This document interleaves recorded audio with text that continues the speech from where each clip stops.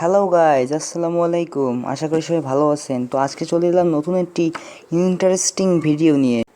ভিডিওটি শুরু করার আগে আপনারা যারা আমাদের চ্যানেলে নতুন, এখনও আমাদের চ্যানেলটি সাবস্ক্রাইব করেননি, তারা সাবস্ক্রাইব বাটনে ক্লিক করে পাশে থাকা বেল আইকনটি বাজিয়ে দিন এবং অল বাটনে ক্লিক করুন।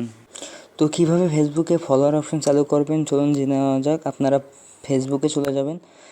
ফেসবুকে যাওয়ার পর আপনারা উপরে দেখতে পাবেন 3 ডট মেনু, ওখানে ক্লিক করবেন। ক্লিক করার পর আপনাদের যদি প্রোফাইলে যান, আপনারা নিচে দেখতে পারবেন এখানে আপনাদের কোনো ফলোয়ার অপশন নেই। তো আপনারা যদি ফলোয়ার অপশন সেট করতে চান, 3 ডট মেনুতে ক্লিক করবেন। ক্লিক করার পর নিচে চলে আসবেন, সেটিং অ্যান্ড প্রাইভেসিতে ক্লিক করবেন। তারপর আপনারা সেটিংয়ে ক্লিক করবেন। তারপর নিচে চলে আসবেন। নিচে আসার পর এখানে পাবলিক পোস্ট নামে একটা অপশন দেখতে পারবেন, সেখানে ক্লিক করবেন।